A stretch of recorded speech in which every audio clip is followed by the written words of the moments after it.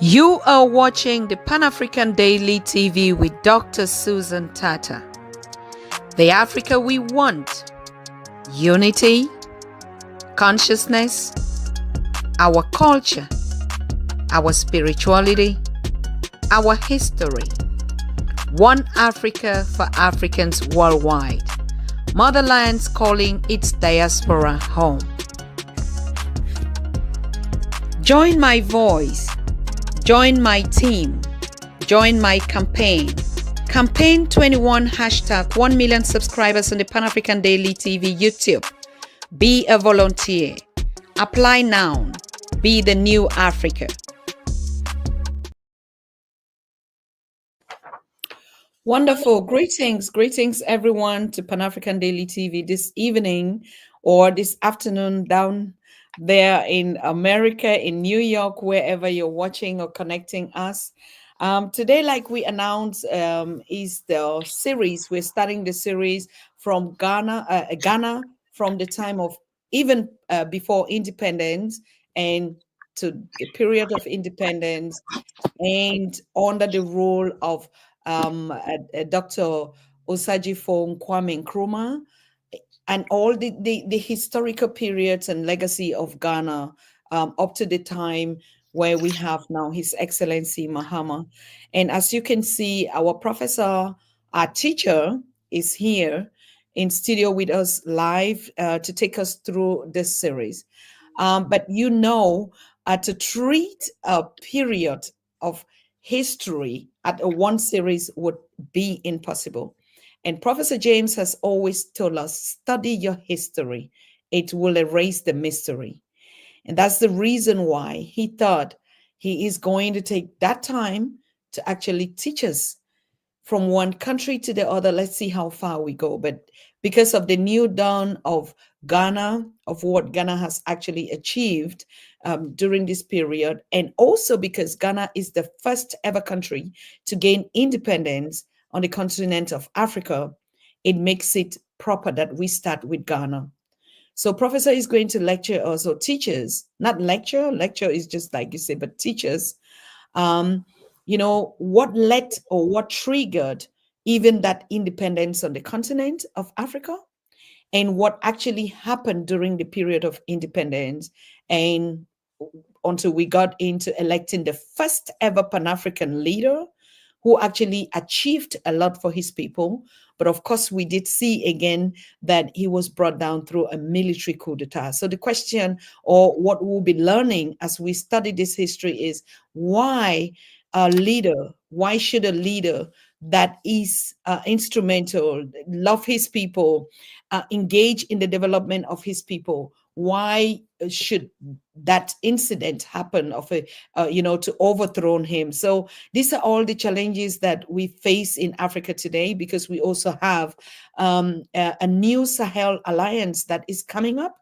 And these are questions that Africans are asking, like with the presence of Ibrahim Traoré in Mali. A lot of people are saying, how long is he going to be on the throne or in leadership, because of issues, because of incidents like the military coup d'etats that happened during the reign of Nkwame Nkrumah, who actually was the right leader. It's the same thing that we had the situation in Mali with Thomas Sankara and overthrown or betrayed. So these are all questions as we study our history to be able to deblock this incident. We are looking forward to a teacher that would actually teach us the right way to go, not just teaching this period. This period, you can research it for yourself. You can see the works of Nkwame Nkrumah up to Jerry Rawlings, up to Atte Mills, up to the present a leader today, Dramani John Mahama. But the effect and the impact is what we're going to learn today. What should we learn not to do as these incidents unfold? What should we gather from it? Why did the coup d'etats take place? Why did it happen to a leader who loves his people? So Professor is going to teach the first period with us, because like I said, it is a whole lifetime. You can imagine from the time of independence till now, those are not topics, except we are not serious, that we can handle it. So it's a period per period. We're starting with Ghana as the first independent country, who gained their independence in 1957 to 1966. So between this era, what actually happened in the lives of Ghanaians? And we saw, despite all the good things that he did, why was he enthroned? Is that an African nature that they don't like good leaders? And why, when they overthrow these leaders, they start complaining again, or what is actually behind these settings? So please join me to welcome Professor James. Professor, greetings, and we are very happy and thankful to have you today, despite your challenges out there. I mean, your busy schedule and also a little bit of health. But you said these topics, because you've been advocating for Africans to study and to understand history and politics, you think it's a nice or it's a period to start decoding all this. Greetings to you, Professor. Greetings, Sister Susan, and greetings to the Pan-African TV network family. So we are in a very, how do you say, giving time in Africa right now. We had the swearing in or inauguration of President Mahama in Ghana 2 days ago. And you had the largest number of heads of states in the history of any African nation, certainly in the history of Ghana, attending that swearing in. We know that Ghana is considered to be one of the most stable democracies in Africa. And when I say democracy, I'm not defining it by the British Commonwealth or the American fantasy of democracy, which is a racetocracy, if you want to call it anything, masquerading as a democracy. Ghana has demonstrated true democracy, better than any modern state that I've seen, where the people rule. Getting there wasn't easy. Ghana was, before it was Ghana, it was called the Gold Coast by the British, who had colonized it after the Berlin Conference of 1885. But prior to that, you had almost every European country in Ghana, the territory that would become Ghana, putting up something like 35 slave dungeons off of its coast. That's a lot. To carry out people throughout the Americas, Brazil, Central South America, Mexico, the United States, the Caribbean islands, by the millions. The largest genocide in the history of the world, recorded or not recorded, which we still take too lightly. But we see that population of Africans who were sent abroad began to fight back with the series in the 1900s of Pan-African conferences. And Nkrumah would attend one of these conferences in the 1940s with Jomo Kenyatta, with members who would become leaders in the Caribbean, with others who would become leaders in Africa itself. And they would go home from these Pan-African conferences, which was held in London, the last one, to try, and all students should study the history of the Pan-African Conference movement, because there's a series of these conferences, large and small, through the years, probably starting with the one with Booker T. Washington before W.B. Du Bois. And Booker T. Washington called it Conference of the Negro World. But many Africans attended. Nigerians attended, Malawians attended, South Africans attended, Ghanaians attended, and many of these young men would return home and become leaders of liberation movements in their countries. So the Pan-African movement, even before it was called the Pan-African movement, even when it was called the Conference of the Negro World, was addressing this issue of colonialism on the African continent. And so Nkrumah is born in this. He's born out of this. You know, he comes to study in the United States as a young man, to study to be a priest from the Nzuma area of West Ghana, a very small ethnic group of the Akan people I've been to his hometown. I've been to his home village. Um, Students should make it a necessity to have a pilgrimage to that village of Kwame Nkrumah, to go among the Nzuma people, to go in the Western region, to see how did this young man grow up? What influenced him that would make him go this distance? He initially went to school. Of course, he wanted to be a priest, a clergy. But history wouldn't let that happen. History saw this mind and this spirit and had another destiny for it, and that was to help lead his people out from under the slavery, the economic and political and cultural slavery called colonialism. And so when he returned to Ghana, in the 40s, you already had a movement on the ground. Africans have never stopped fighting. This is the myth we got to get rid of. There have never been a time in the history of African people where we were not fighting for freedom. Never.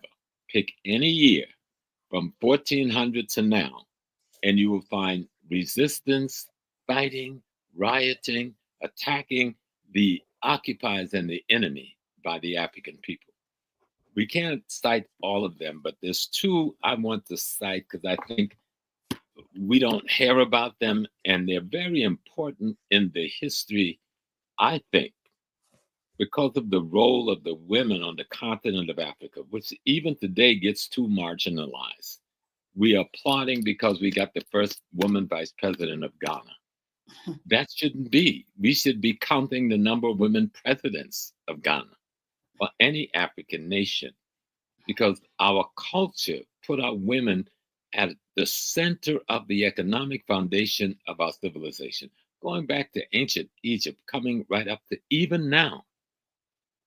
We can demean them by calling them market women or the marketplace, but we're talking about the economic foundation of African civilization. The way our culture and social structure was organized had our women at the center, which gave her the power then to make the choice of who would serve us politically. The men didn't choose themselves. We would take the Ashanti Nation as a good example in Ghana.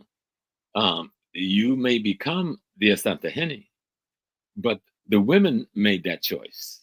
The Queen Mother, the chief Queen Mother, the sister of the king, would be the primary Queen Mother, but multiple Queen Mothers would make the choice who the next Asantehene is going to be. And that recommendation is sent up the line to the men. So the role of our women, as we try to articulate Western socialization, gets marginalized. But that's not what history tells us.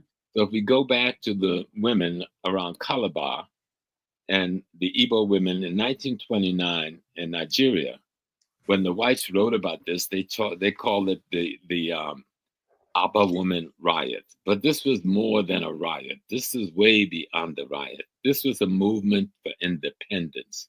And it started when the women learned that the British in 1929 wanted to expand. They had begun taxing the men of the area that would become Nigeria. And then they began putting together a program to tax the women. Now, the women, remember, they're in charge of the economic sector.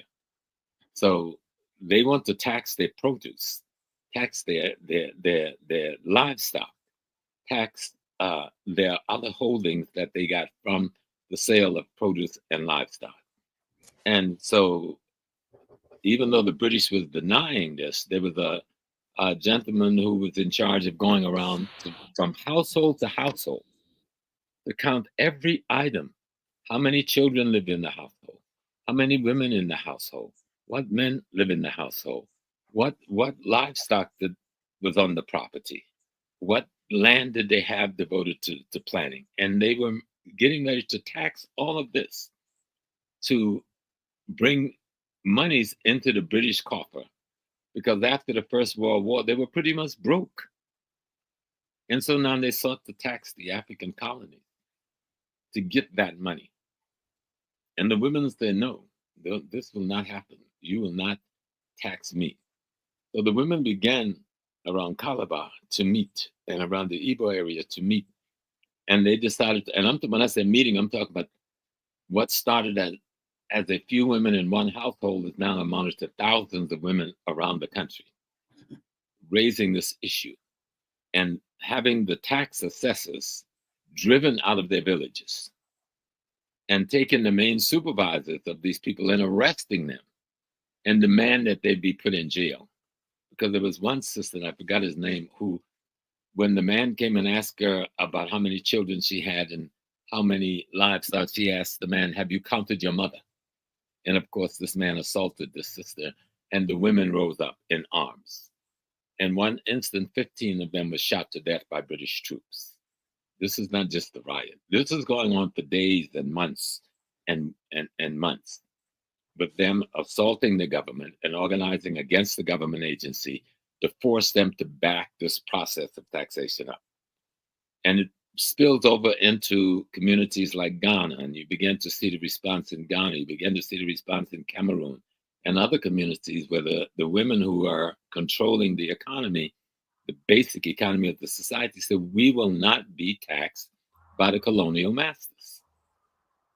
And I'm saying this is one of the big stimulus that leads to what become the independence movement by the 1940s. This is 1929. Now, that's the one incident, the Aba Woman, what they call the Aba Woman Rebellion. But then you have, and there was another occasion when the women really confronted the British government, that 30 of them were shot dead in that demonstration that day in Calabar, or near Calabar. And this forced a greater rising of the women. So the British had to walk back this tax. But you'll see a rising again in 1947. The women of Abeokuta. Now, Abeokuta is a region in Nigeria.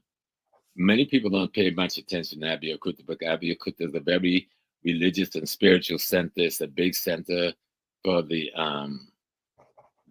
ancestral revering of the Yoruba people. But the women of Abeokuta had a similar situation.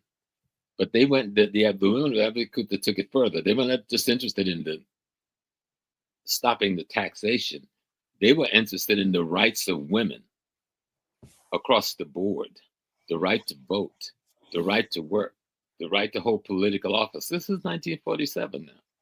And so they're pushing up against not just the British government, but the traditional African government who's working in league with the British colonialists. They're saying, wait a minute. So they did give in a little and give a few women some offices. And they said, no, that's not enough. We're not asking for tokens. We're asking for our full rights as citizens, as female, and we're not going to wait for independence for that to come. We want that implemented now. And so great disruption across the country occurs under the leadership of these women of Abeokuta.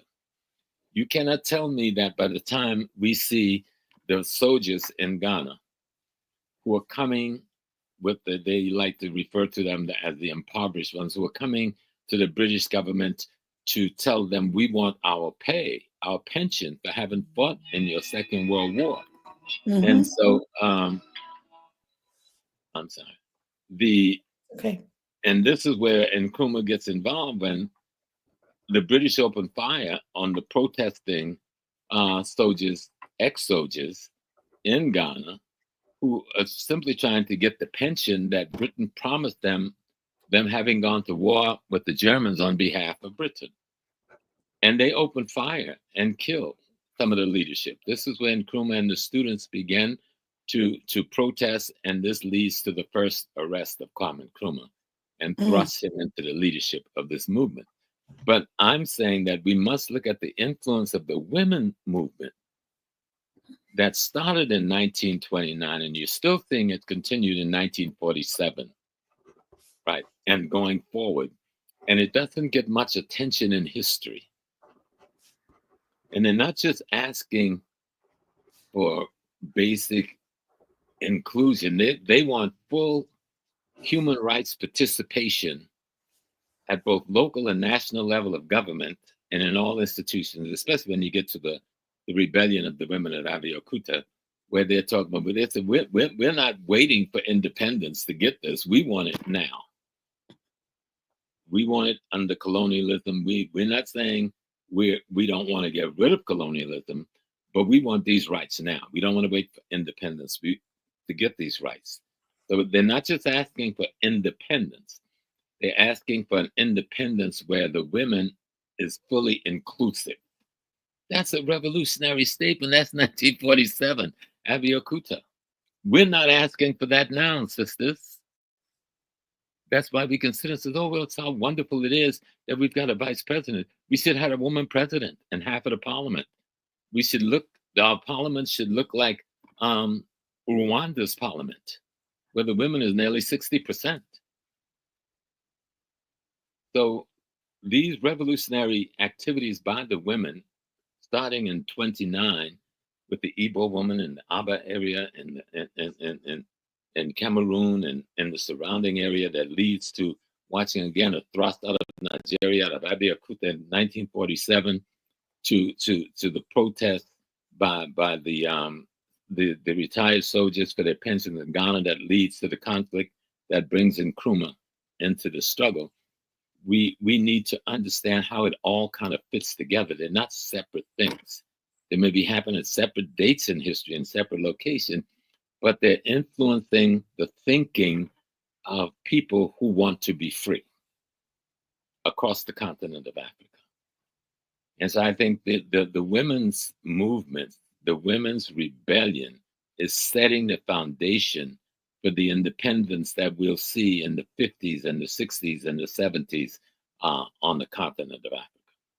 I just wanted that said up front, that people need to do more research into that and really get a look at that, because it isn't just the women in Calabar and Igbo and Abeokuta, but the women in other parts of Ghana saying, we know the grapevine today don't need a telephone in Africa when it comes to the women in the market tradition. We can start a conversation in Ghana at noon and it's in Kenya by tomorrow morning. All right. And we know it works that way, even without drums.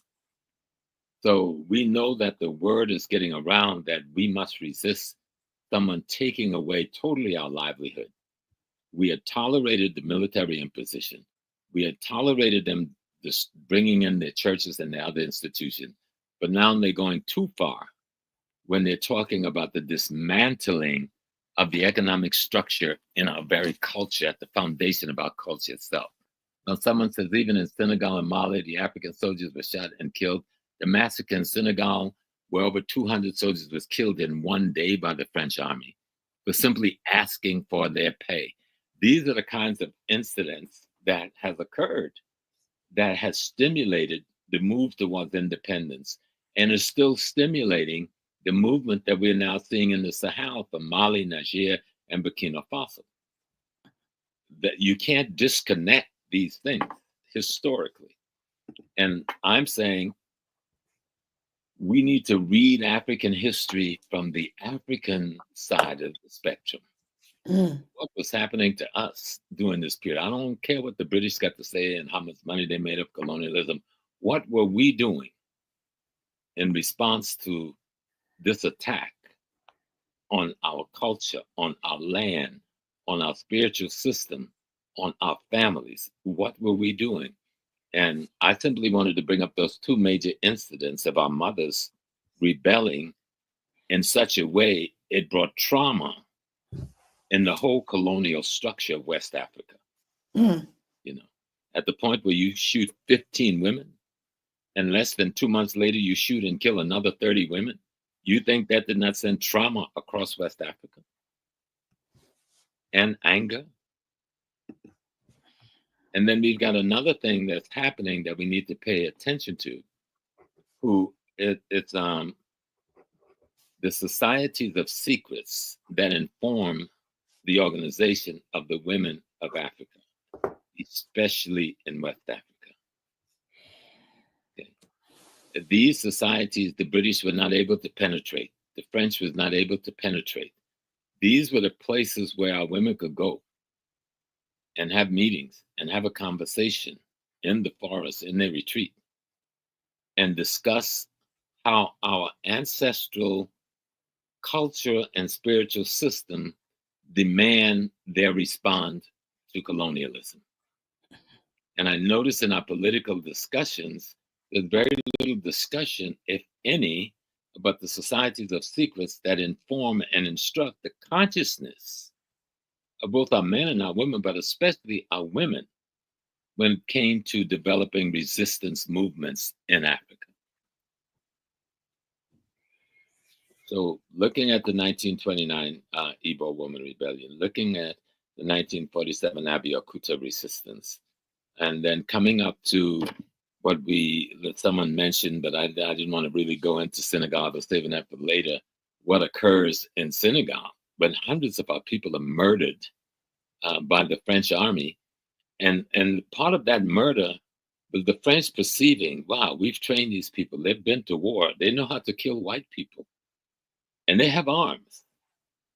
We cannot allow them to become a resistance movement in Senegal. And so they outright murdered, committed genocide in one day, and no one has paid in the world courts for that yet.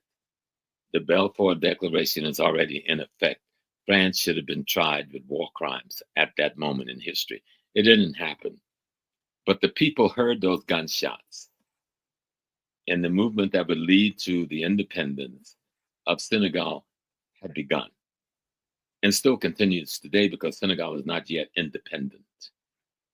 If it joins the Sahel states, that would be a big step towards Senegal finally becoming independent of French colonialism. And so with Togo, and so with Benin, and so with Cote d'Ivoire.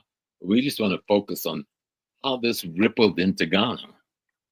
And it's very clear to see how this ripples into Ghana, especially when we see the killing of the demonstrating soldiers who were simply asking for their pension, and the emergence of Kwame Nkrumah and the students who are protesting in the street that gets him arrested for the first time, which only increased the protests on the part of the students for independence. Because what is occurring, the British will begin to acquiesce. And remember, the British when we talk in 1947, the British had just gotten whipped by the Nazi Germany. The British Empire was broke. It could not maintain them. So they were trying to get us to carry out their new neocolonial structures. But the American predators are now looking to take what Britain and France has lost from the defeat that they got in Europe. And at this time, France was the big power in Vietnam, and how America ends up in Vietnam. France says, oh, my dear brother America, we are unable, after, I think it was Dien Bien Phu, after the Viet Minh had almost wiped the French army out, they called for the Americans to come and help them because the French troops were so busy in Algeria, and instead of Americans come and help them, America come and tried to take Vietnam from them.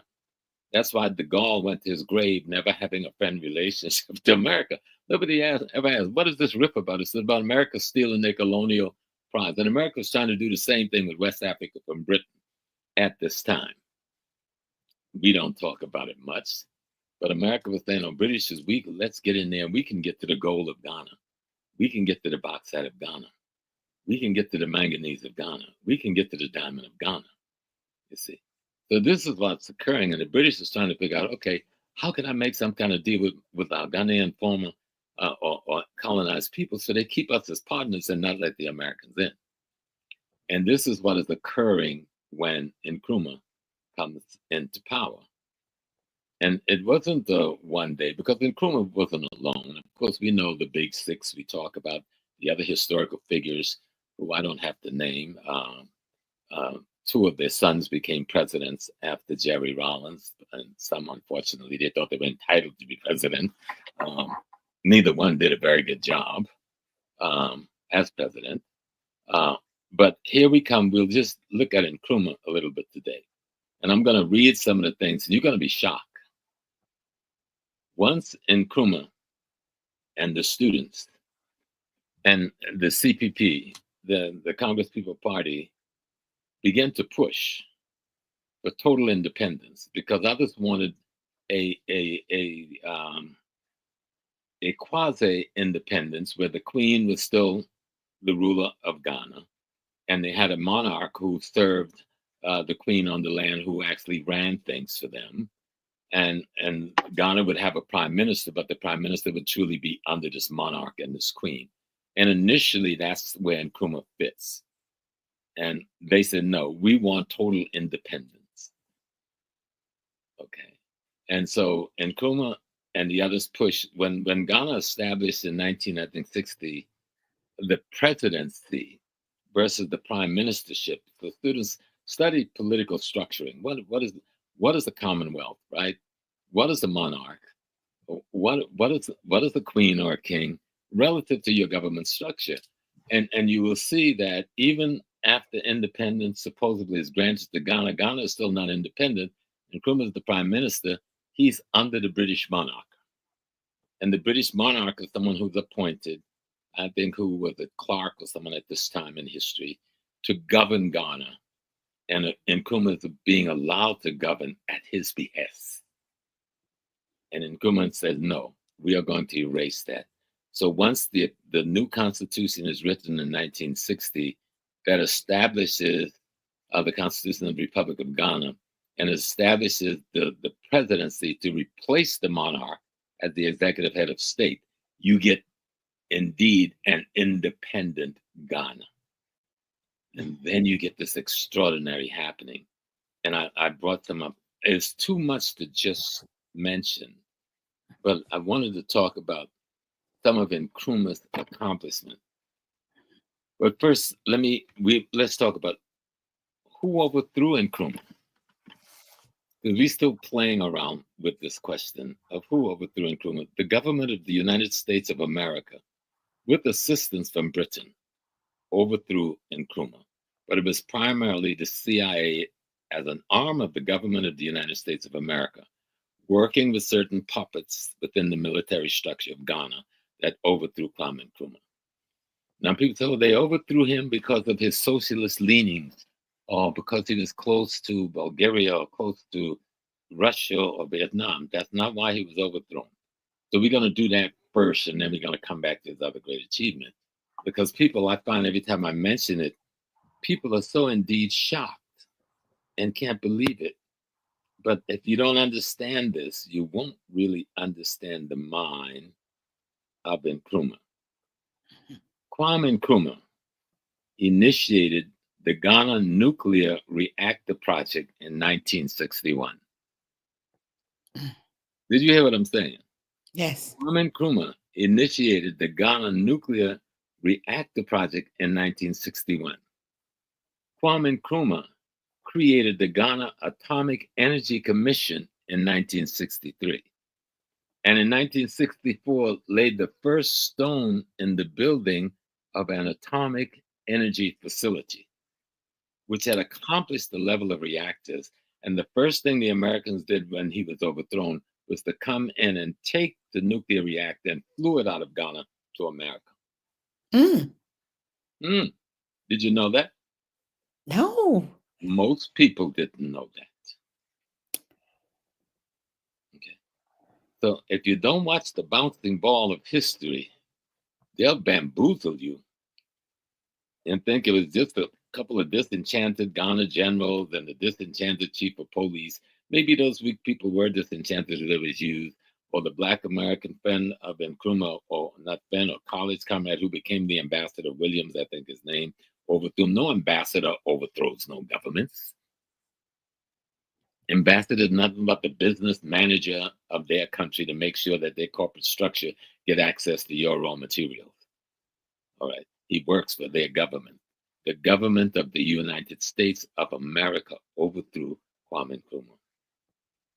And the primary reason I just gave you, the nuclear reactor that was built, and the site is still out there near the University of Legon.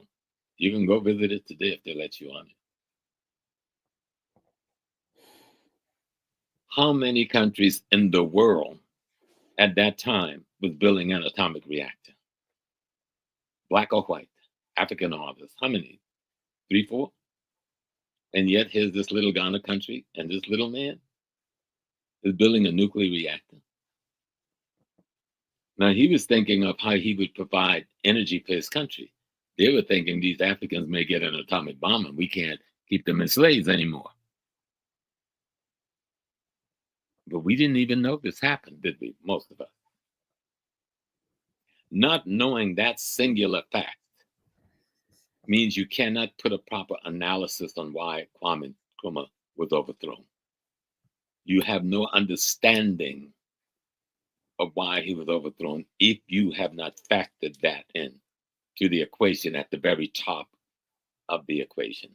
Mm. You understanding me? I mean, like Yes. learn the history, it erases the mystery. Learn the history, it erases the mystery. And so, and it's surprising when I talk to people who I really know history, don't know about this. We say it again for those who are just opening their ears. Kwame Nkrumah initiated the Ghana nuclear reactor project in 1961. America is just fully establishing its nuclear foundation, America and Russia, in 1961. Kwame Nkrumah created the Ghana Atomic Energy Commission in 1963. Mm.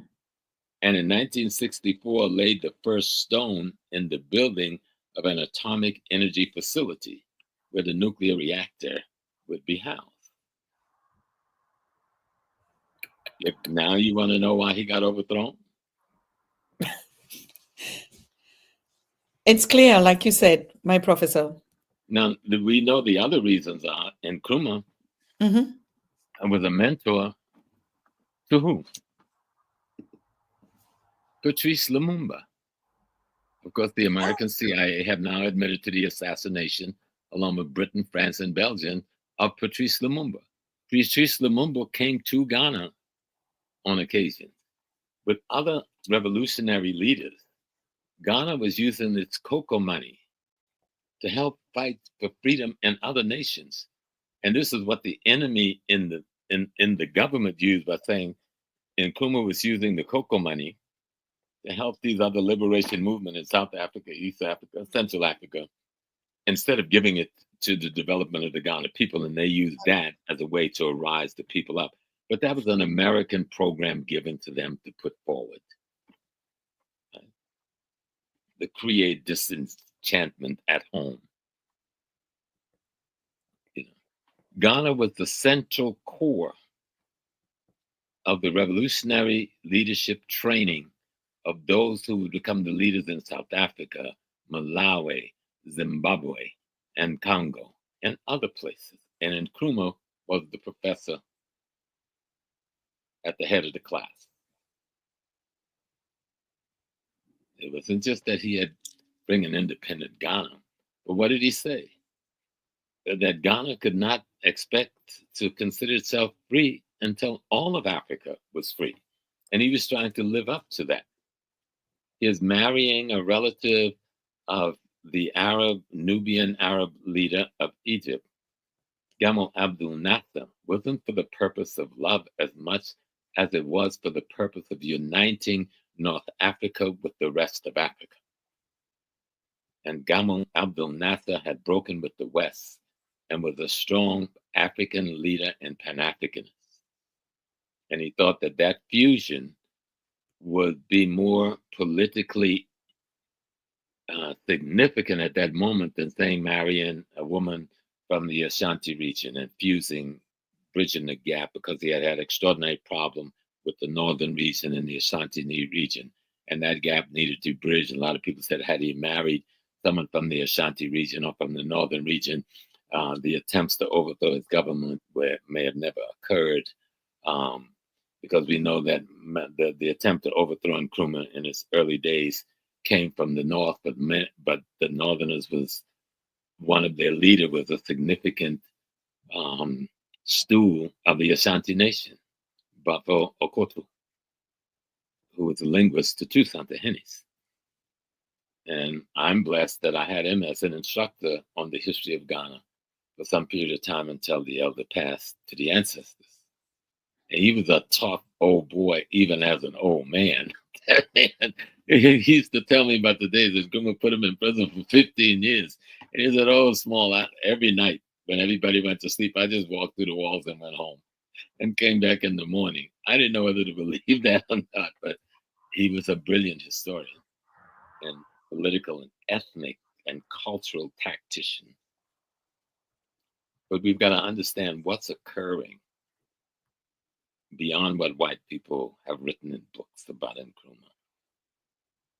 The move to create this atomic energy facility, the move to try to fuse what is being called the Arab North Africa with the rest of Africa below the Sahel was a big move, especially with Gamal Abdel Nasser being such a revolutionary figure at that time in history as president of Egypt and had built such an extraordinary army. And he was backed at that time by the Soviets because America would not give him the backing he wanted, because America did not want to see the overthrow of the French and British, especially the British, who were occupying authority in Egypt at the time Nasser came to power. Him and brother Naguib, who was also Nubian in ancestry, like Anwar Sadat, who was also Nubian, foundational African Egyptians, you know. So all these things got to be factored into your discussion so you understand, like, there's something going on here beyond just trying to steal our wealth, because they got the military power to do a lot of this, but they have to steal the minds of our people too. And that's where the lies come in, and the exclusion of historical facts and incidents and situations that don't allow you to make an analysis that would give you the tools necessary to undo their control over us, psychologically and spiritually and intellectually. And so Nkrumah is a good case study. But let's look at just some of the other things that this extraordinary, and he's not doing this alone. Remember, he's got a CPP, he's got a party, mostly young people, solidly based in the Western region, which most people don't even understand. I'm just beginning to understand the degree to which the Western region was functionally active in getting him into prepared for leadership, into leadership, and supporting him while he's in that leadership. You know? And so we need to study and look at that history. Let's just look at some of the other things that this man would contribute. You know, we know he's I want to list them like almost one by one. On his economic policy, when we look at his economic policy, we know that cocoa becomes king. It becomes king. And so Nkrumah attempted to rapidly industrialize Ghana. He didn't want to depend on Western technology. So before Ghana blinked, they had shoe factories, they had refrigerator factories, they had television factories. Hello? Who was doing that? You know, he was trying to move into an automobile factory, but you need steel, and America was sabotaging them with the steel plant over and over again. Even Nigeria was not allowed. The steel facility got blown up multiple times, and they finally cut a deal to let Nigeria make cast iron, but you couldn't make steel. When you're dealing with colonialism, you have to look at the economic undergirding. It's like right now, International Monetary Fund and World Bank says, we will lend you money, right, to help you get on your feet. But the project for which we'll loan you the money, the money that we loan you will have to stay in the banks in the West. You can't put it in an African bank to draw interest while the project is going forward. Secondly, the interest rate you're going to be charged is going to be higher than any other interest rate internationally. So at the end of the day, you'll be so busy paying off the interest of this loan, you'll never pay back the principal of this loan, and thus we keep you permanently indebted. So we call that debt slavery in the West. Right. But they go even further. They said, we're going to loan you this money, but the one thing that you cannot do, you cannot grow crops to feed your population. You can only grow the cash crops that we will determine the value of in the European marketplace, but you cannot grow the type of nutrient vegetables necessary to feed your population, because we're going to supply you with that. And you're going to become our consumer market for that. This is what these people are talking about. This is what Nkrumah is going up against in his infancy. when the International Monetary Fund and World Bank begins, he sees it, he classifies it as neocolonialism, where they control your economy and they let you control the politics of the country to some degree, because you can only do that to the degree that your economy allows you to. But the West would then control your economy. And this is what we began to see as Nkrumah is resisting this, as Nkrumah is developing industry in the country, as Nkrumah is beginning to build roads, that the highway that he built from Accra to Tema is still considered one of the best in the world. And how old is it? 50 years? And they're just barely doing repairs on it after 50 years. This man saw so far ahead of the West. But they understood this, that he was freeing himself from their economic dominance after the colonial structure was dismantled, as they were trying to economically put in place the new colonialism that Nkrumah called neocolonialism, was to control the economic foundations, and we can control everything else. And that's what's going on in Africa right now. And the new thing that came up, if you resist this control by International Monetary Fund, World Bank, and the client state in the West, then we will put sanctions on you, and all of our sister states will not then do business with you. So we'll drive you into poverty, overthrow your leadership, and then we will take control of the new polity or the new politics. And then you can then come back into the Western system, but as our neocolonial slaves. And we saw Mugabe resist this in Zimbabwe. And we saw the way Mugabe was attacked around the world, and even attacked in his own country by his own people because of the propaganda of the West. That's why we can appreciate what the brothers in the Sahel are doing by creating their own television and radio stations, so they can counter the Western propaganda that's coming to their people every day. So Nkrumah established the Ghana Broadcasting Network. He established his own TV station.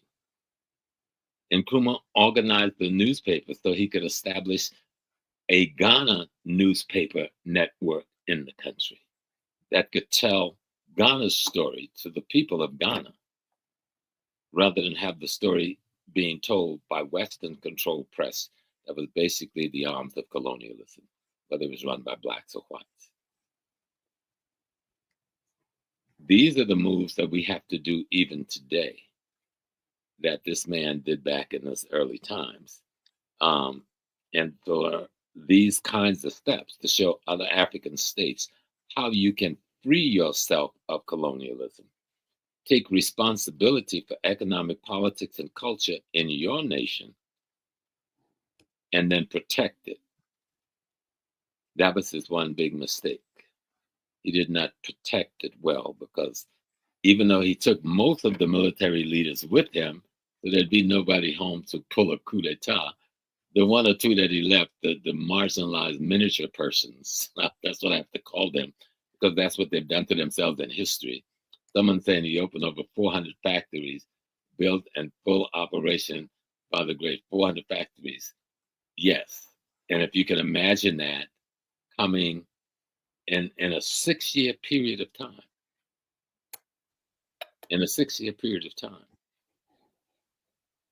where he reindustrialized the nation with the economic industrial foundation being in the hands of Ghanaians.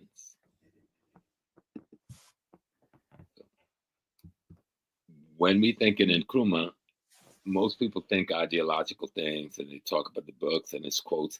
The ideological teaching is extraordinary. Any one of his books is worth reading. All of them should be read. But the things that he actually established on the ground to organize a brand new state has not found an equal yet in Africa or Asia or Central and Latin America, as they tried to free themselves from Western imperialist dominance. Ghana led the way. And that's why what the Mahama emerging again as president of Ghana, that he's faced with a big challenge now. Yes, the economy is in ruins, but Nkrumah showed you how to turn that around. Study Kwame Nkrumah, you'll turn this economy around like that. You have the Sahel states. We've seen Ibrahim Touré, and we've seen what the president have done economically in 3 years, less than 3 years. He's economically turned Burkina Faso around. He's paid off the national debt. He's revitalized the agricultural sector in a way no one thought was even possible. Okay. He's beginning to industrialize the nation. He's beginning to create employment for all of his young citizenry. And so I'm sure Mahama was not lost on his invitation to the president of Burkina Faso and the other Sahel states. He knew why he invited them there.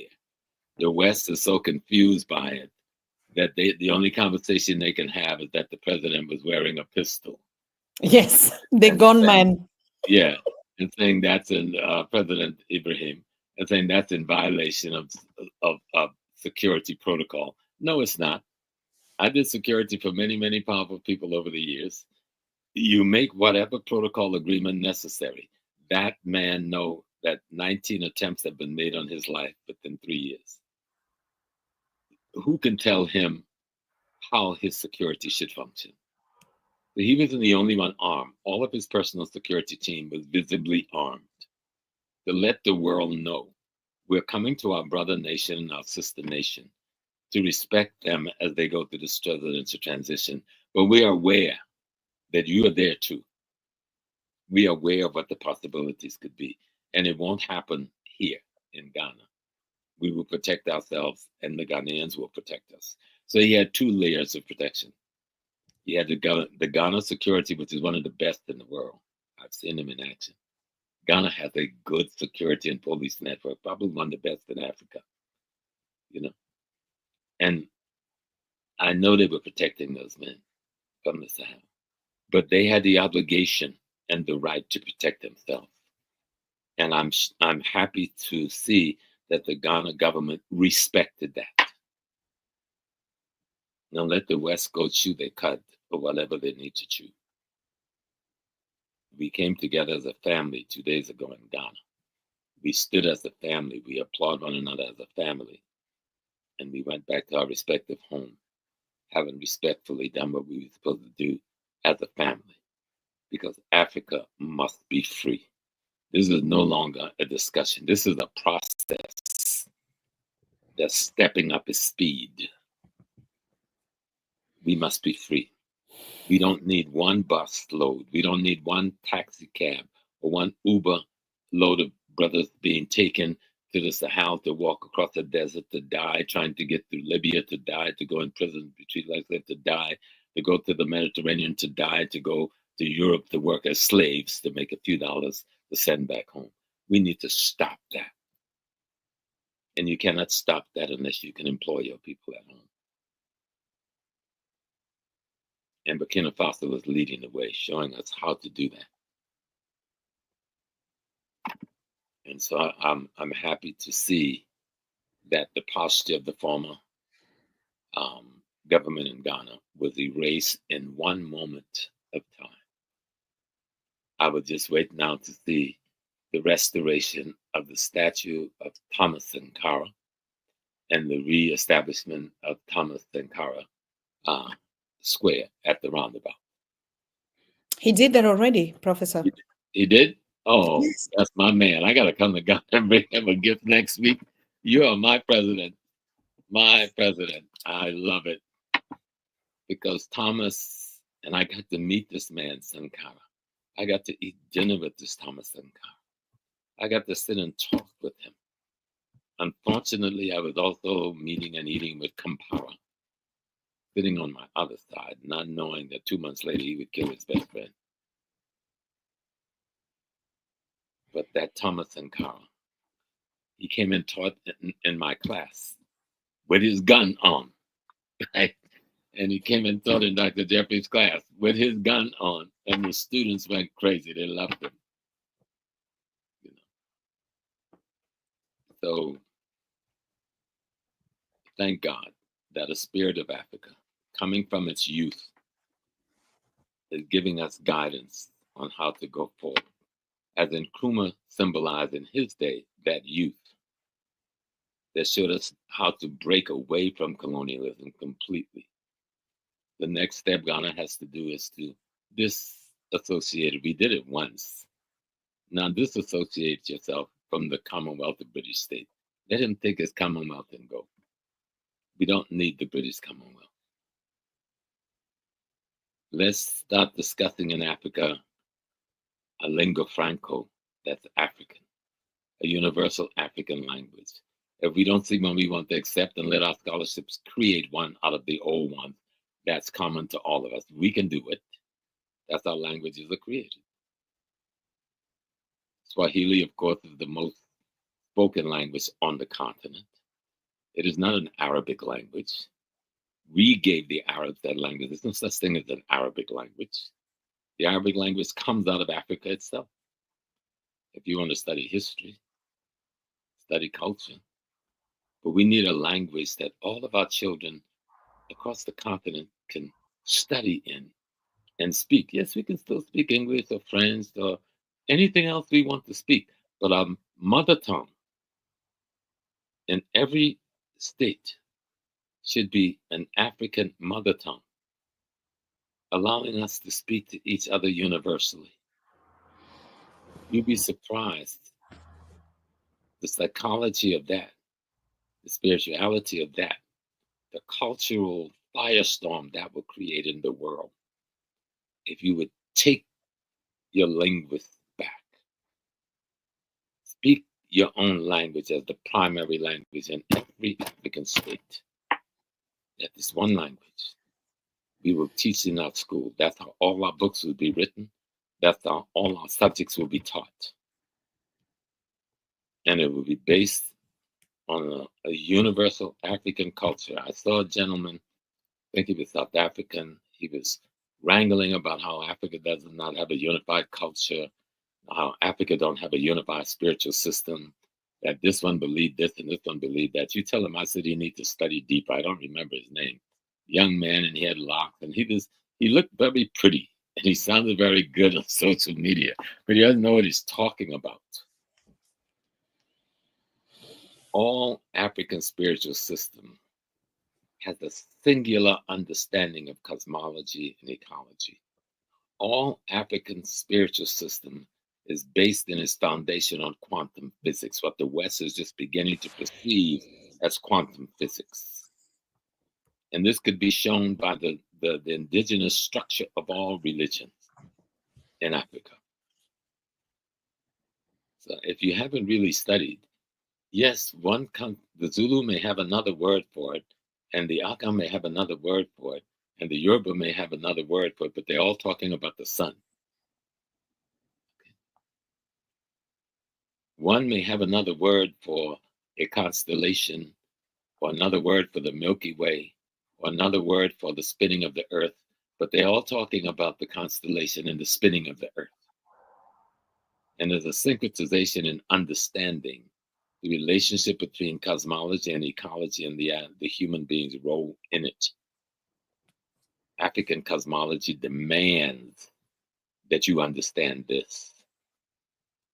That gives it its commonality.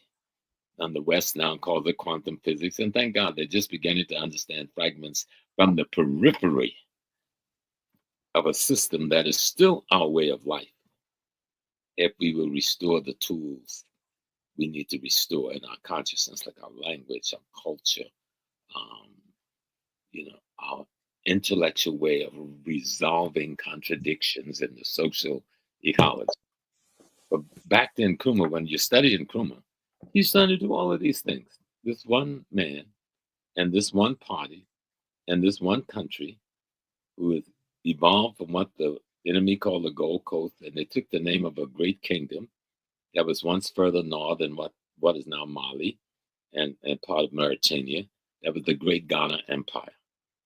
And so many of the people in the area that's now called itself Ghana migrated from that place when the Muslim invasions from the north came down more than 1,000 years ago. And you will be surprised, there's some of them, and I can't remember the name. There's a little, on the way to Ivory Coast, there's a village that's on stilts in the waters. You have to travel by boat. And when the elders tell you how they came to that place, they're told of how they were running since the fall of ancient Ghana to escape the people who had intruded in their land and looking for a place where they could have safe haven. And they're founded in the western region where they build their houses on the water, on the lake, an hour or two from the border of Ivory Coast in Ghana. And there are other places in Ghana you can go where they'll tell you their genesis was ancient Ghana before arriving, even though we have some whose genesis were ancient Nubia. You know, we got the Airway, we got the Ga, who could trace their lineage back to those places. But there's just one Africa. We were never a static people. We moved all over the place. We still do. You know, but in ancient times, we had less, we didn't have the urban centers that anchored us the way they do today. Mm-hmm. And so we moved with nature. But Nkrumah began to create this new urban environment that was an African focus environment. You know, we know about the energy project. I just mentioned that one. And we know he made cocoa. Like in 1954, the world price of cocoa rose from 150 pounds, 450 pounds per ton.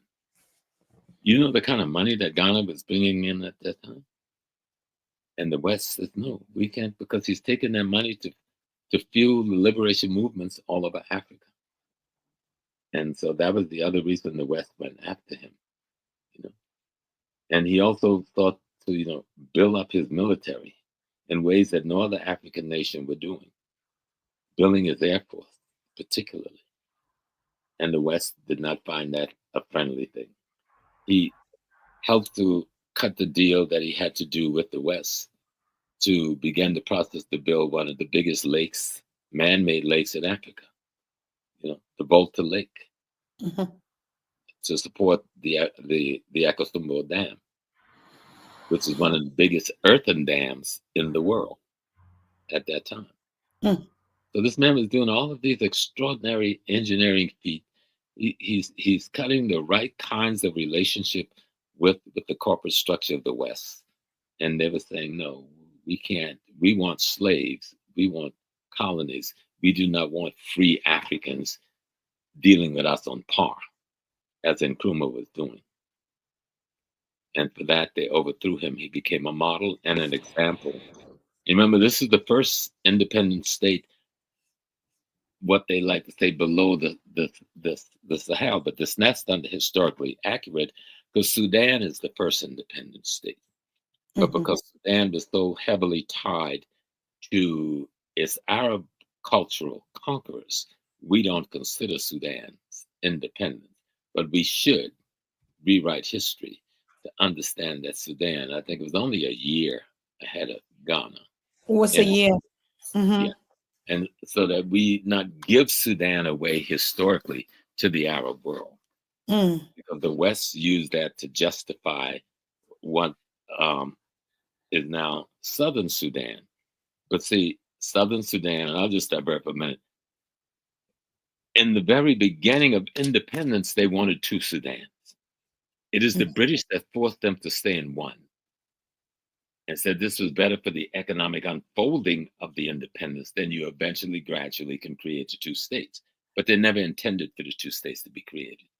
It was, Professor James, I just want to intervene here. It's the same thing like in Southern Cameroon, what we have in Cameroon today. I mean, when the British came, they didn't give the people of Southern Cameroon the autonomous right to say, we don't want to join French Cameroon. We want to stay on our own. And this was voted. Are you going to join Cameroon, La République du Cameroon, or you want to join Nigeria? But they never asked the people of Southern Cameroon if you want to be independent by yourself.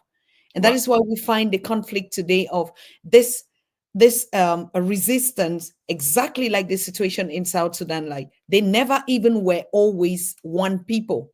They had independent state, but to make a decision that would bring them up in that way. That's why, some of the conflicts are tracing back the history to say British caused all this mess that we are in today.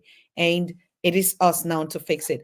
I just want to take a 1 second break to give Professor a chance to breathe out, and we'll be back on the next topic. Do you want us to treat Jerry Rawlings from your experience now? We still have 45 minutes. Or you want us to just go now to this new presidency, in the next lectures we're going to come back after Kwame? Which one do you prefer? Well, the encouraging people to read Nkrumah. I'm looking around for my books and say, "Okay, where's my Nkrumah book?" But when we come back, I'll have them. Okay. Read Nkrumah. You've got to study the blueprint he's given you. Mm-hmm. And then by the time we're in with Nkrumah, we're in the first estate. By the time we get to Rawlings, and currently we're in the fourth estate. Yes. And we have to understand what that means. What was the evolution?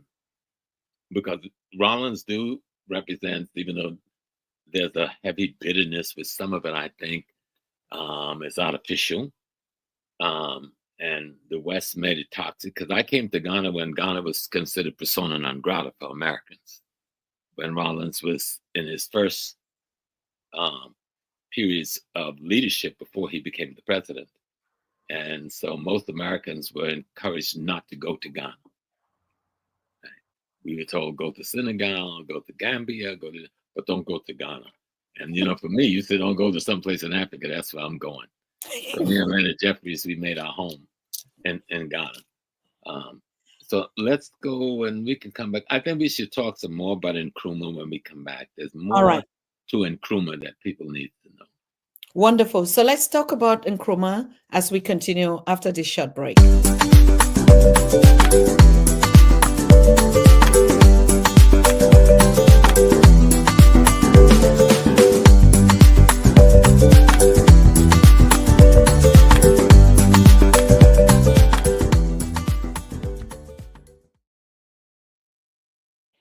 So thank you. While Professor is taking a short break, I just want to inform you that we're going to get a panel with the Ghanaian youth tomorrow, live on Pan-African Daily.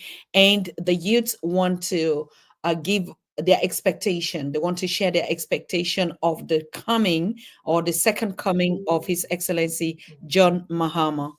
And the topic is going to be Ghana and the New Dawn, or the New Dawn for Ghana. And we have our panelists here. These young people from the PLO Lumumba Foundation in Ghana would be sharing their expectation of what they think or what they expect from the new regime. So please, I want to invite you to tune in tomorrow. We have said it is the time for the young people to take over. And all of them are watching Professor right now, learning this historical facts about the first Pan-African economist, freedom leader of the continent of Africa, in the name of His Excellency Osi Jaffor Nkwame Nkrumah. So please join us tomorrow on this exclusive panel where the young people of Ghanaian are sharing their expectation, and you can see all of here. So we're going to have 6 panelists coming up from that sector, and we do invite you to join and share your expertise and to encourage and motivate them, and let us guide them in the way we think is the right way. So thank you for joining us tomorrow as we get back live in studio with Professor James Small. Thank you. Yes, so, Professor, yes. I want to read just a little bit more about Nkrumah, because the man did so much in that short period of time. Nkrumah actively promoted a policy of Pan-Africanism from the beginning of his presidency. This entailed the creation of a series of new international organizations, which held their inaugural meetings in Accra. And these were, just listen to this, this man is extraordinary. The First Conference of Independent States in April 1958. the more inclusive All African Peoples Conference with representatives from 62 nationalist organizations from across the continent, December 1958. Wow. The All African Trade Union Federation meeting in November 1959 to coordinate the African labor movement. The Positive Action and Security in Africa Conference in April 1960, discussing Algeria, South Africa, French nuclear weapons testing. The Conference of African Women in 18 July 1960. Meanwhile, Ghana withdrew under Nkrumah from the organization, including West African Airlines, that was the Colonial Airlines, the West African Currency Board, the West African Cocoa Research Institute, and the West African Court of Appeals. These were all controlled by Britain. In the Year of Africa, 1960, Nkrumah negotiated the creation of a Union of African States, a political alliance between Ghana, Guinea, and Mali. Immediately, they formed a women's group called Women of the Union of African States. This is 1960. Nkrumah was a leading figure in the short-lived Casablanca group of African leaders, which sought to achieve Pan-African unity and harmony through deep political, economic, and military integration in the continent in the early 1960s, prior to the establishment of the Organization of African Unity. And in 1961, he was a participant in the first summit of the non-aligned movement in Belgrade, Yugoslavia, making Ghana one of the founding members of the non-aligned movement. And just one more paragraph. Nkrumah was instrumental in the creation of the OAU in Addis Ababa in 1963. He aspired to create a united military force, the African High Command, which Ghana would substantially lead and commit to the vision in Article 2 of the 1960 Republican Constitution, and the confident expectation of an early surrender of sovereignty to the Union of African States, the territories and the people now conferred on Parliament the power to provide for the surrender of the whole or any part of the sovereignty of Ghana. He was, and what he was saying was that we're going to become a part of a United States of Africa, and we're not going to be a sovereign state. And all of the countries that were considered to be sovereign states that would follow would become a part of this United States of Africa and not sovereign states. He was also a proponent of the United Nations, but critical of the great power's ability to control it. Nkrumah opposed the entry of African states into the common market of the European Economic Community, a status given to many former French colonies and considered by Nigeria. Instead, Nkrumah advocated in a speech given on April 7, 1960, that Africa formed its own common market. And people wonder why they overthrew this man, when just those things, and that's just a little of what he did, you know. And it's like in 1956 when he took control of the military. Normally, when you get independence, the way the colonialists would have it, we'll keep control of the military, we'll protect you, we'll keep control of the bank. He said, no. When we get free, we want everything. Some people said he moved too fast. I heard a discussion in Namibia on why they maintain the structure, the dramatic South African structure of economic dominance and control after SWAPO had defeated them with this Cuban assistance so handily in the bush. And they criticized Nkrumah and Zimbabwe for moving too fast. I think Namibia made a grave mistake, and I hope that they're now seeing that grave mistake and begin to make adjustments to truly make Namibia economically free. The dead sacrifices of SWAPO and the other freedom fighters deserve that. No disrespect, Namibia, I love you. I did as much as I could during the days of SWAPO to send finance. I even helped to train some of your members in the United States. I also protected your students and made sure they got scholarships. Under the agreement, they returned back home and support SWAPO. So I love SWAPO and I love Namibia, but I think you need to now become an independent African nation. Mm. And where you've proven that you can keep your economic solvent, but now get total control of your economic resources to build the African nation your youth want to see. And I know in Yomo, I know you're still with us, and I know you're still healthy because I saw a picture last year of Ben's interview on them. And I remember the days when you came to America and we did our best to hide you out from the American FBI. And we love you because when you finished the presidency, you came back to America and you thank us both in public and through our leaders of Bubadika, Study Carson, and Lumbe Brath. So I just want the world to know I'm not just talking off the shelf. We have put a little time into this after 60 years of living. And so back to Nkrumah. Mm. When someone put something up about Namibia. Go back to I'm sorry. Yes. the Yeah. whites control all the jobs. Yes, I understand. That's the point I'm making. That we have a sister now who is the new president and head of state. And we should hope that some of the economic policies should shift based on the sacrifice the people of Namibia made to bring their freedom.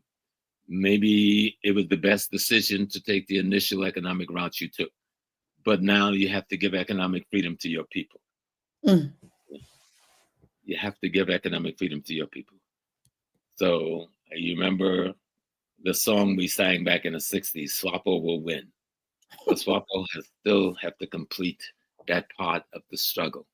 We have to give our young people the first opportunities to remain at home and have a livelihood for themselves and their family. Going abroad only should be a choice, not a necessity to survive when your country has such wealth. And that's what Nkrumah was trying to create for Ghana. He said, we have the wealth here. We can build here.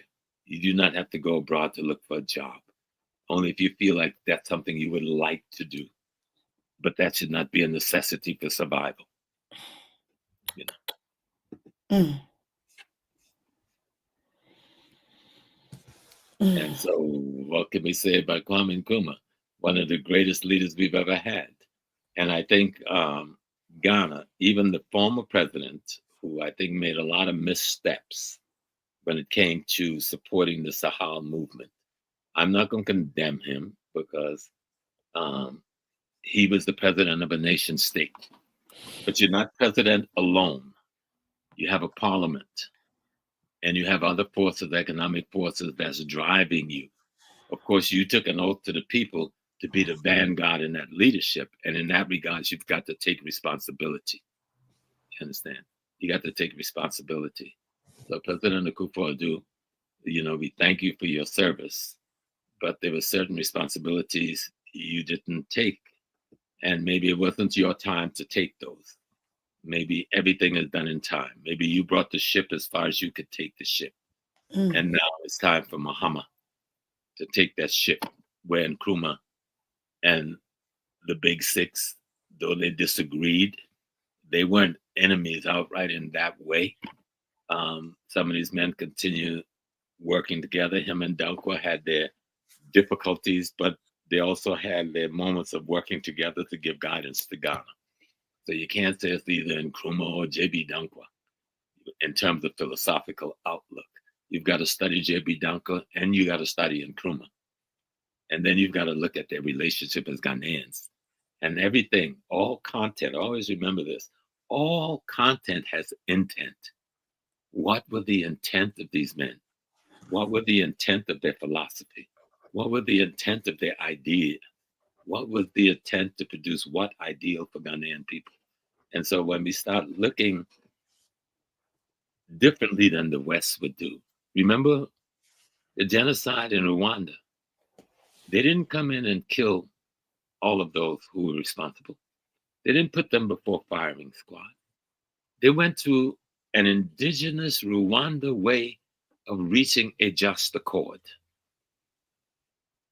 And that methodology required those who had committed the crime to come before the community with whom they had committed the crime and take responsibility for their crime and responsibility for going forward, depending on the egregiousness, of course, of the crime committed. And Rwanda was able to get past hate, incessant fighting, and destruction and rebuild their nation state on a footing and a foundation that is humanely African. Mm. And so I say to the outgoing president, thank you, sir. You brought the ship as far as you can bring the ship. We now have a new captain of the ship, John Mahama. It is not his first time in the position of captain, but I think this time is a different time for him. He took over after the death of our great President Atamil, and it was a difficult time trying to establish the NDC in the way the party can now be established. Mm. So we are thinking that the example set by the new Sahel states, Mali, Niger, and Burkina Faso, is a window into what the future of Africa can look like and how it can be led there. And I hope Ghana will use as much of that relationship as possible to reconstruct Ghana and to not live in fear. The secret to life, Malcolm X taught us, is to have no fear.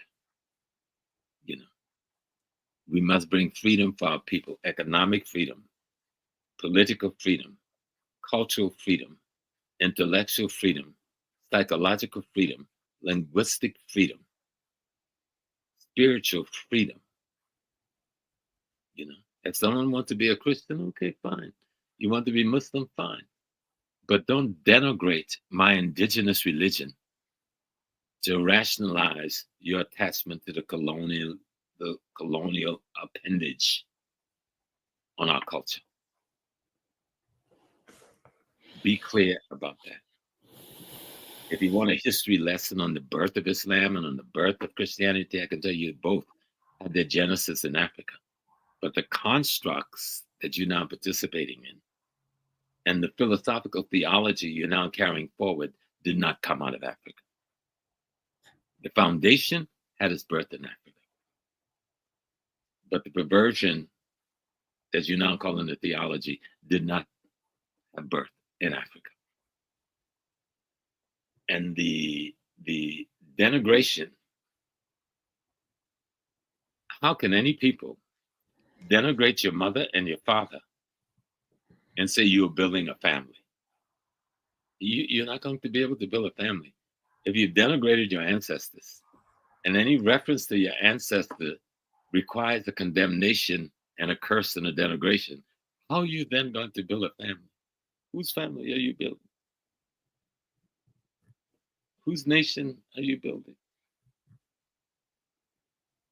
How you can tell me that I can listen to a saint, listen to an angel, but if I listen to a buffoon, I'm condemned to be burned at the stakes?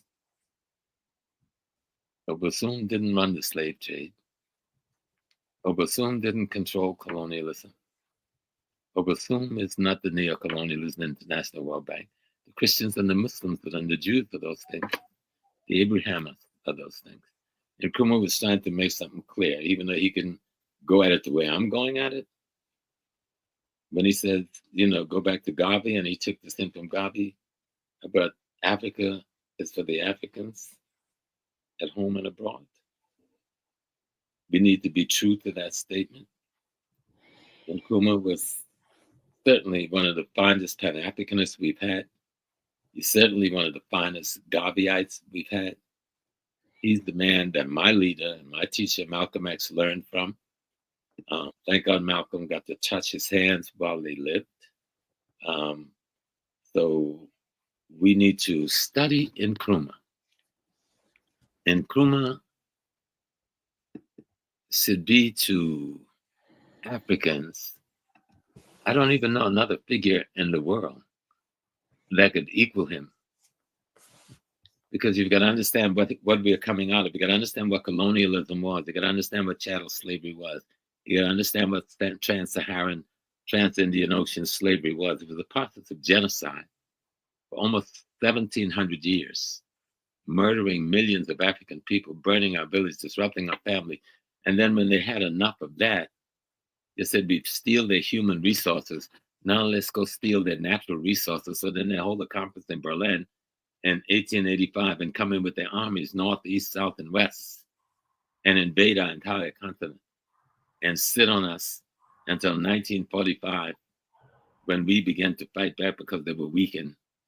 And they call that period of sitting and stealing and robbing and raping colonialism. That's a pretty word. They were practicing genocide against us. It wasn't even pretty genocide. Burning our buildings, burning our sacred shrines like the Igbos. People say, well, the Igbos are mostly Christians today, but yes, Igbo, remember, your sacred groves were burned to the ground. So you would dare not go back to your own gods. And you were forced into those churches. I know your story. I am your story. So we need to really study history. I know we just skipped about Nkrumah because it's too much to do in an hour or 2 hours. Absolute, Professor.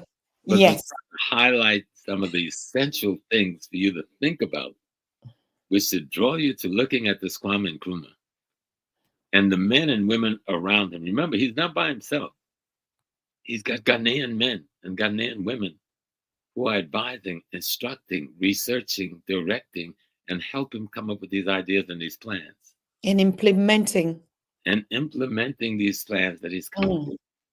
This is a Ghanaian people thing, not a one-man thing. He symbolizes this era when all of this extraordinary, phenomenal development takes place. He's the father, and our culture recognizes that. He's Abba, he's Baba, he's Nana, So, we need to study him well.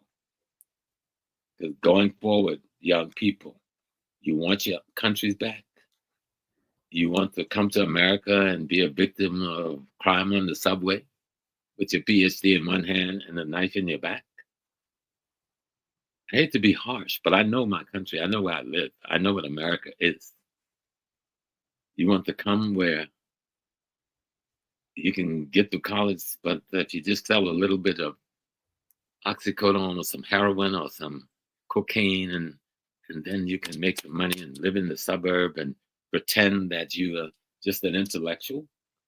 Or do you want to build a society that our ancestors show us is possible? This ancestor Nkrumah, he's an ancestor now.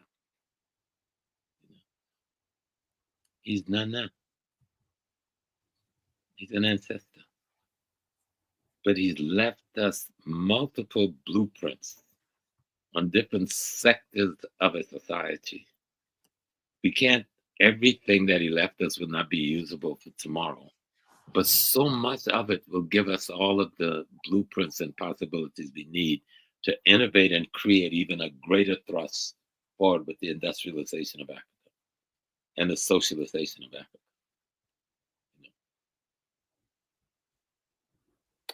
That the enemy was able to overthrow him, that's cool. You know me, I'm big in this spiritualist thing, right? And so I don't believe in death in the way other people believe in death. You kill me today, I get born tomorrow from my granddaughter. One of my granddaughters, I just got to tell you, I got a 6-year-old, and she told her daddy yesterday, because I went out to do a lecture. She was taking a course in her 6-year-old, and her name is Natalia.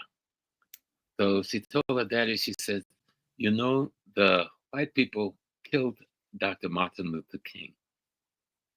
He said, yes, Dr. Martin Luther King was smart, but the white man came with a gun, and Dr. Martin Luther King wasn't ready. Then he said, but when they come after Grandpa is too strong for them. Grandpa is ready. He had to call me last night at my lecture to tell me, he said, this little 6-year-old, I didn't even know she ever listened to Grandpa's lecture. She said when they came out, she equated me with Dr. King. She said when they came out, grandpa was strong, grandpa was ready. You know, I said, how does a baby, 6-year-old baby, but we have to learn something from that baby. That That's already your 6-year-old, transition, Professor. she's aspiring for something. Like Yes. all African youth is aspiring for something.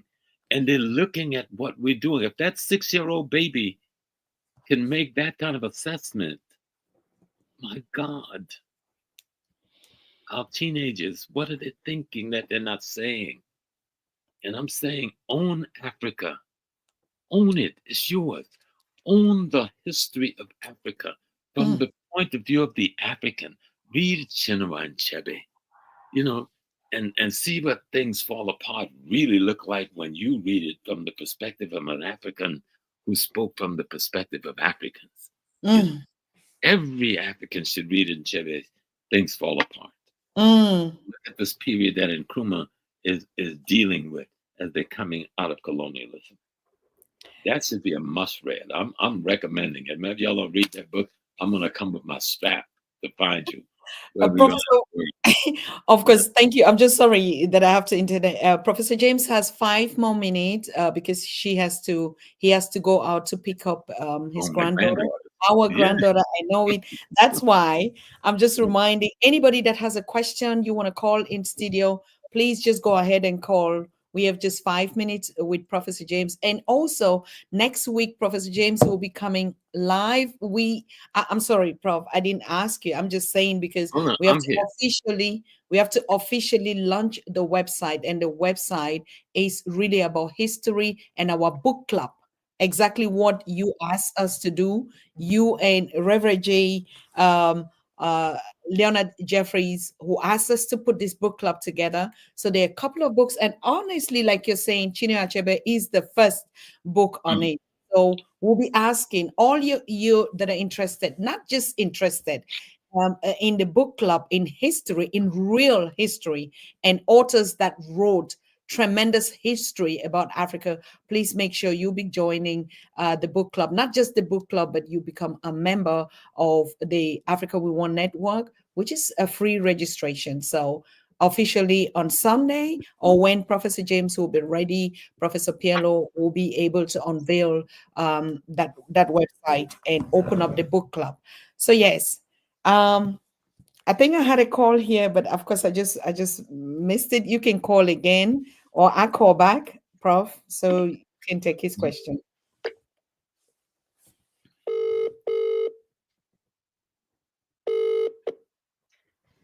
Hello? Yes, greetings. Hello. I know you have a question for Professor James. Go ahead. Please keep it short. Yeah, I will keep it short. It's just about the Alliance of Sahel, the Confederation of Sahel States. So those 3 countries that are obviously fighting imperialism at the moment. I just wanted to get Professor James Small's opinion on other countries that would want to join those 3 countries. Does he think himself that they have to be revolutionaries or pan-Africanists? Because Ibrahim Traore, Simi Goïta, and Abdourahmane Tiani, they're all revolutionaries, whereas like you have the Senegal president who's kind of trying to bring them back to ECOWAS, and the majority of the other presidents in West Africa, I wouldn't say they're all puppets, but a lot of them are kind of, the strings that kind of being pulled. So I just wanted to get his opinion on if there have to be revolutionaries like those 3 are, or if you can join. Yeah, I would tell them to their advantage if they're not declaring the revolutionary state, if they're not prepared to break immediately with French colonialism, French economic dominance, French cultural dominance, if they're not prepared to take control of their natural resources into the hands of the people of the nation, stay away from them. They're no more than colonial collaborations calling themselves democracies. A democracy is not about somebody getting elected to office, because all election processes are rigged and crooked. I used to run election as a student. I won all my elections because the little CIA man who owned the company that made at that time the only election machine programmed it to make sure no matter who you voted for me. You know? So it still works that way across the world. The election has nothing particularly to do with democracy. Serving the people and putting the natural resources of the nation in the hands and for the service of the people. How could anyone in ECOWAS feel comfortable telling these states to come back into a body that have no criticism of the dismantling French colonialism in Africa? Where were you when the French and the Americans overthrew Gbagbo and threw him out of Cote d'Ivoire and put the World Bank pimp in there, Matra, whatever his name is? Why didn't you put Ivory Coast out of ECOWAS at that moment? Where were you when the French was dominating and controlling Burkina Faso, Mali, and when the French and the Americans have created their ISIS? That's their ISIS, created in Langley, Virginia, Washington at the CIA base. That's their what's the one they had that was chasing around Afghanistan? They created those networks to fight against Russia in Afghanistan, and they can pop them up anywhere they want in Africa. And so, no, what they should do is dismantle ECOWAS. It is purposeless. It did nothing but destroy the Francophone economic slavery in Africa. Nothing. And the three states that dared to destroy it for themselves, you're going to condemn them? What is wrong with you? What is wrong with the minds of anyone who would dare think that way? Uniting as slaves to remain as slaves, there's nothing magnanimous about that. Nothing. People want to be free. France want to do business with Africa. Come like China. Come and says, okay, I'm not going to buy up a few leaders and make them rich and then give them the military to dominate and keep you enslaved. I'm going to make real deals with you. You need a freeway. I know how to build a good freeway. I got the technology. You need a power plant. I got the technology. I'll bring my technology and my in exchange. I'll build you hospitals. I'll build you schools. I'll build you roads in exchange for your raw materials. But the West comes with one idea. We will put a couple of corrupt leaders in place. We will pay them off, give them the military and the police might to keep the masses down, and we'll steal all that we can steal. When ECOWAS wake up and decide they want that process stopped in Africa, they would have a right to exist. I don't see them even having a right to exist as an African organization. For what purpose? They're not an economic community of West Africa. They're an extension of Western economics. Look at the economy of Ghana. It's a mess. When Rawlings left office, you had a sovereign economy, 1-to-1 to the American dollar. Now you 1-to-15 to the American dollar, which isn't worth anything. And you got the gold, you got the manganese, you got the bauxite, you got the diamond, you got the oil. But your money isn't worth anything because the World Bank says it's not worth anything.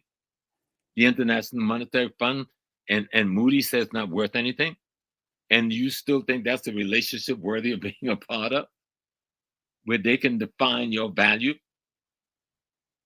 For anyone to think that the so-called Francophone nations that continue to give France 70% of their wealth every year, and if they have to borrow anything back, pay an interest higher than the French would have to pay on their own wealth, and they think there's something sane about that?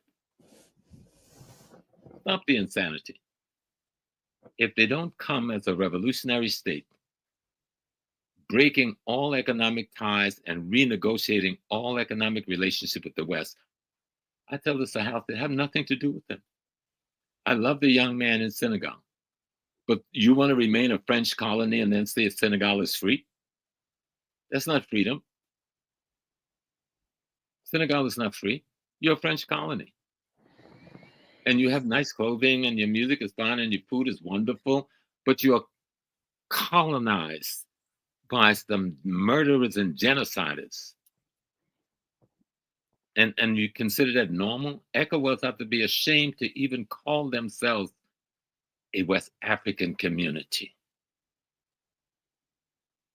And you were attempting to be the policeman for the international thugs and go against those 3 nation states. If you do that, then many of us in America, just as we came and fought for Ethiopia, we will come and fight you. We will come and fight you. We will volunteer by the thousands to fight you if you dare touch those states. You may think of the white man make us look impotent. We're not as impotent as you think. Ask him if we're as impotent as you think. It makes no sense in today's world. We just discussed Nkrumah and all that he went through. And America overthrew him anyway. And many was in Ghana who were plotting it because they didn't know the facts. They didn't understand history. The relationship France had to its colonies, colonialism in Africa needs to end now. Not gradually, now. It's over. You want to have a relationship with me? Sit at a table and I will tell you what your relationship with me is going to be. You don't come with your gun to my head and tell me what that relationship is going to be. You're going to tell me who I can have a treaty with. You're going to tell me who I can sell my products to. You're going to tell me I got to give my wealth and put it in your banks. You're going to tell me that if I want to borrow my own money, I got to come to you and beg you. And no. That this is not a game anymore. It should have never been a game. How can anyone, and I see the AU is saying that they're going to remove these brothers from the AU. The AU isn't worthy of housing those 3 states from the Sahel. You haven't earned the right. AU, who can't even dismantle borders and let people cross borders in Africa without visas. You doesn't have the right. I've been a refugee for 400 years. You haven't figured out how to let me return home as an African. I'm not a damn American. I'm a prisoner of war intergenerationally. I'm a refugee intergenerationally. And because the West won't let you take me back home, you can't do it? No. We will die. I will, as an old man, I'll be 80 in another few months. I know how to use a weapon. I was trained by the American militaries. I know how to train others to do it. I will come to Mali. I will come to Burkina Faso. I could work in Mali. I'm a good Muslim Hajj and an Imam. I know how to live in those cultures. I come out of the Christian tradition. I know how to live in that culture. I've been trained in the indigenous African tradition. I can live in those cultures. I'm an African, period. No addendums. Let's free our land. This is the time. These young men have signaled us. Don't let the enemy murder them off. Running around talking about military leaders. Well, what do you call those who are controlling colonialism and neocolonialism for the enemy? They're not military leaders. They're genociders. Economic genocide, cultural genocide, spiritual genocide, intellectual genocide. And you calling that democracy? No. Democracy is me saying, God gave me this land for our use. We will share it with anybody in the world that wants to share with us fairly. But this is the land God planted me on. I will be the caretaker of this land and will govern it according. But my people are not going to starve and have to go beggars at the feet of others in the world while you extract the wealth out of our country every day so that you can live in your plush Western societies. No. They must be revolutionaries. That's just the first criteria. And then revolutionary has to be defined to mean Africa first in all things. But now I got to go pick my baby. I see my wife is calling. Thank you so very much, Professor. Of course, I know. I know. She already texted me. Let my husband go. Yeah.